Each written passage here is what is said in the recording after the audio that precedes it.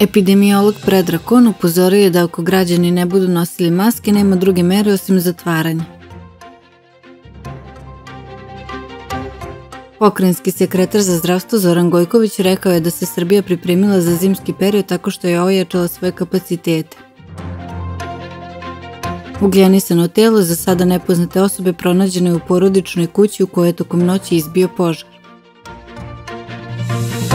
Slovačka planira da tokom iduća 2 vikenda testira na koronavirus sve građane starije od 10 godina.